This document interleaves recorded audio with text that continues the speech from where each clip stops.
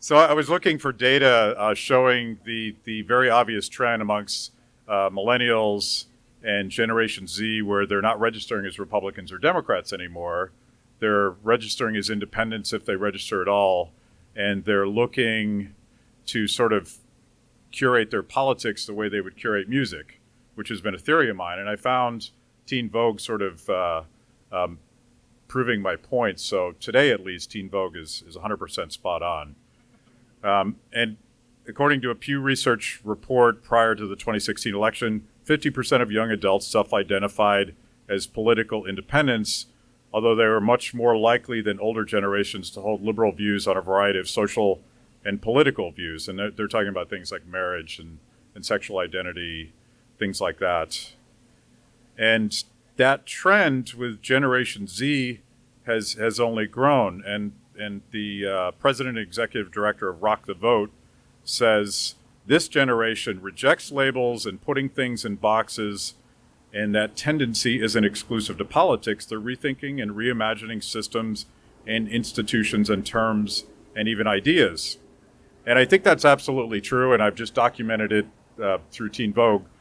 But that said, there aren't that many independents out there that succeed in politics. Why is that? I think there are a number of reasons. One is that this is a trend that's been happening in more recent years. I think in previous generations, you had two parties that were much stronger, the Republican Party and the Democratic Party. And over the last, I'd say, decade or two, that's starting to weaken. And we're finally getting to the tipping point, I think, where people are able to break away from the parties. And a lot of times what happens, frankly, is that the candidates who run outside of those two parties aren't the strongest candidates. And I mean no offense to some of the great candidates who do run outside those parties, because there are great candidates. But in terms of numbers, we just don't have that many who run outside of the two parties, because usually in their own minds they think, well, if I want to be credible, I have to run within one of these two parties. So some of the stronger candidates have run within the parties, and I think that will start to change. And it's hard for someone, I think, right off the bat to run as an independent even now. It is easier for someone like me who's been in Congress, who's established a reputation with his constituency, to then make a move and be an independent and get elected.